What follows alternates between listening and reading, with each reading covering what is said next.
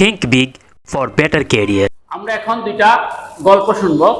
একটা হচ্ছে value of life আর একটা হচ্ছে ভায়োলিন স্টোরি। আমরা ভায়োলিন স্টোরিটা আগে শুনবো। ইংল্যান্ডের একটা এলাকাতে একটা বাড়ি নিলামে উঠছে। তো নিলামে সবকিছু বিক্রি হয়ে যাচ্ছে। একটা কোণার মধ্যে একটা ভায়োলিন পড়ে আছে, একটু ময়লা, তার ছিঁড়া। ওটা গায়ে 40 পাউন্ড লেখা আছে, কিন্তু ওটা কেউ কেনার আগ্রহ প্রকাশ করতে। তো একজন লোক ওই ভায়োলিনটার কাছে গেলেন, যে ভায়োলিনটা হাতে নেওয়ার পরে পকেট থেকে তার রুমালটা বের করে ভায়োলিনটা একটু পরিষ্কার করলেন, পরে তারটা ছিঁড়া ছিল, তারটাকে তিনি একটু ঠিক মতো লাগালেন। মানে তিনি ভায়োলিনের ব্যাপারে অভিজ্ঞ লোক। তারপরে তিনি ভায়োলিনে বাজানো সুর তোলা শুরু করলেন, ভায়োলিন বাজানো শুরু করলেন। তার ভায়োলিনের শব্দটা এতই মুগ্ধকর ছিল যে ওই যারা নিলামে অংশগ্রহণকারী ছিলেন সবাই তখন ভায়োলিনের সুরের দিকে আকৃষ্ট হয়ে আসা শুরু করলেন। ভায়োলিনের আশেপাশে অনেক মানুষের ভিড় জমে গেল। যখন তিনি ভায়োলিন বাজানো বন্ধ করলেন, তখন একজন বলল আমি ভায়োলিনটা কিনবো 40 পাউন্ড, আরেকজন সাথে সাথে বলে ফেললো আমি 100 পাউন্ড দিব, আরেকজন বললো আমি 200 পাউন্ড। এরকম করে করে বলতে বলতে নিলামে উঠতে উঠতে সেই ভায়োলিনটার দাম হয়ে গেল 4000 পাউন্ড। 40 পাউন্ডের ভায়োলিনের দাম কত পাউন্ড হয়ে গেল? 4000 পাউন্ড। কিভাবে সম্ভব হলো? এই গল্পটার মধ্যে আমরা কি পেলাম? কিভাবে সম্ভব হলো এই যত্ন?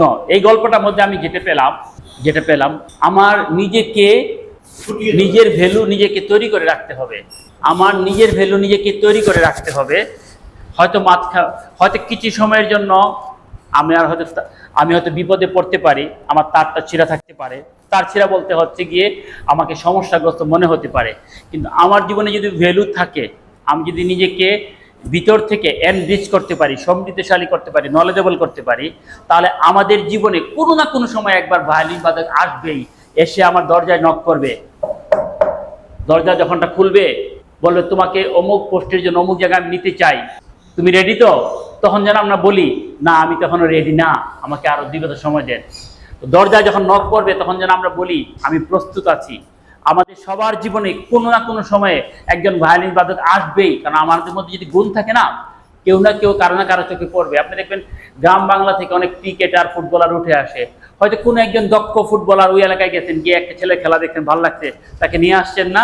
কারণ আমাদেরকে তৈরি থাকতে হবে সব সময়ের জন্য। যে কোনো সময় আমার দরজায় নক করতে পারে, ঠিক আছে? এই জন্য আমরা হতাশ হব না, কারণ আমরা নিজেকে যোগ্য না করে হতাশ হয়ে পড়ি। এটা হচ্ছে প্রবলেমের জায়গা। তো আমরা যদি নিজের ভ্যালু বাড়ায় রাখি, আমার জীবনে গান একসময় বাজবেই, কেউ না কেউ এসে বাজাবেই, কিন্তু আমরা নিজেকে তৈরি না করে হতাশ হয়ে পড়ি। তো ভায়োলিন স্টোরিটা থেকে আমরা এটাই শুনলাম যে নিজের ভ্যালুটা ক্রিয়েট করতে পারলে এবং কাজ করে যেতে পারলে আমার জীবনে উন্নতি আসবেই।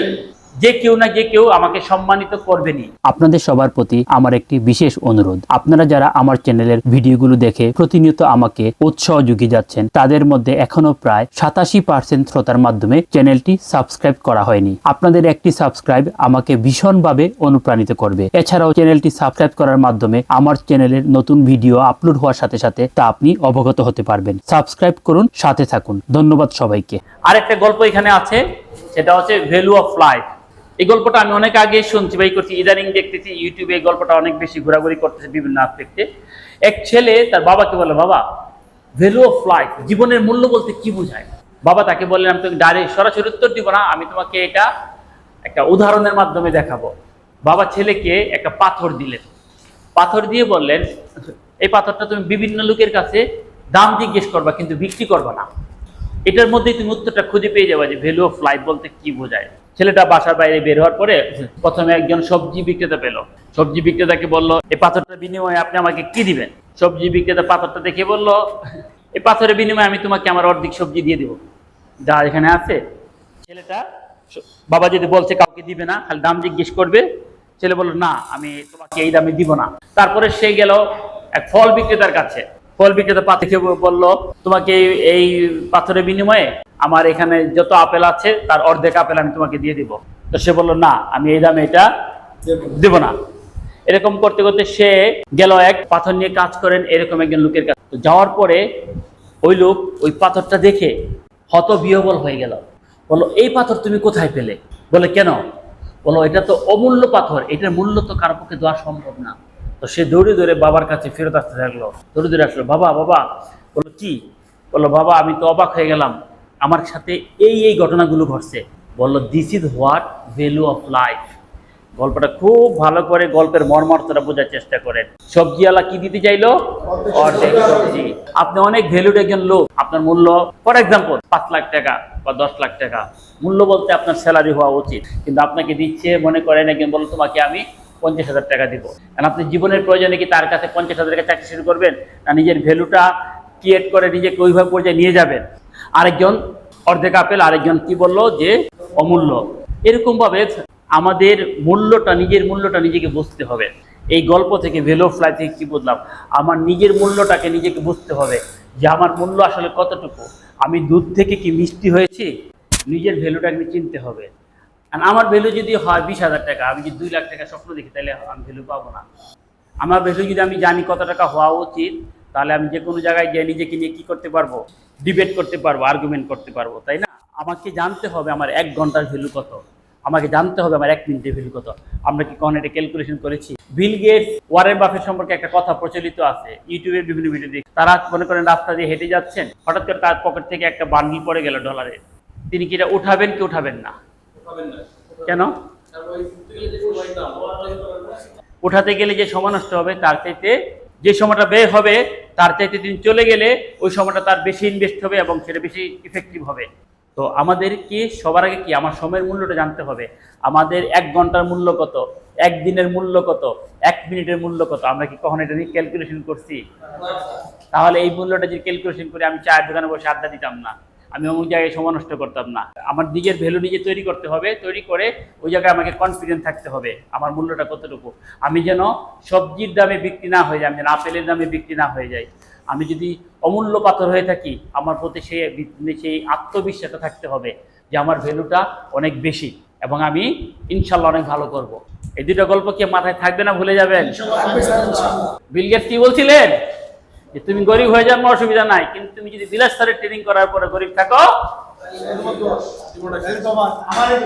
হ্যাঁ, বিল গেটস দেখে আমরা কালকে একটা কথা বলছি, আজকে একদিন কথা বললাম না। ওকে, সক্রেটিস বলছেন দারুণ, সবচেয়ে দারুণ কথা, ওই যে ভ্যালু অফ লাইফের সাথে এই কথাটা চলে যায়, নো থাইসেলফ, নিজেকে জানো।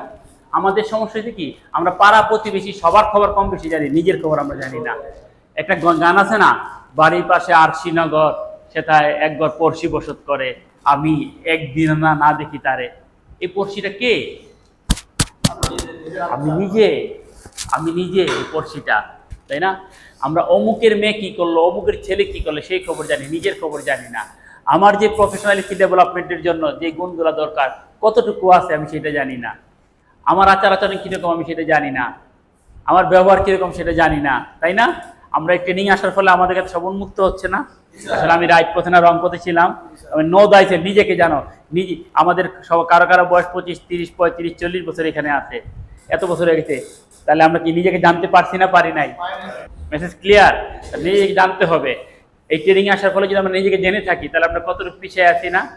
আমি যেন আপনাদেরকে লাস্টে সাক্ষাৎকার নিব, এই কথাটা আপনারা বলবেন যে নিজেকে জানতে হবে, জানা পাইছি, ঠিক আছে? পাশাপাশি এরিস্টটল একটা সুন্দর কথা বলছেন, knowing yourself is the beginning of all wisdom. Wisdom আর নলেজের মধ্যে পার্থক্য। নলেজটা যখন আমি কাজে অ্যাপ্লাই করি তখন সেটা উইজডম হয়ে যায়। তো নিজেকে জানা হচ্ছে knowing yourself is the beginning of all wisdom. সব জ্ঞানের একদম প্রাইমারি জ্ঞান, প্রাথমিক জ্ঞান হচ্ছে নিজেকে জানো আগে। তুমি পৃথিবীকে জানবা কি জানবা, তুমি নিজে কোন পর্যায়ে আছো, তোমার ভ্যালু কতটুকু তুমি নিজেকে জানো।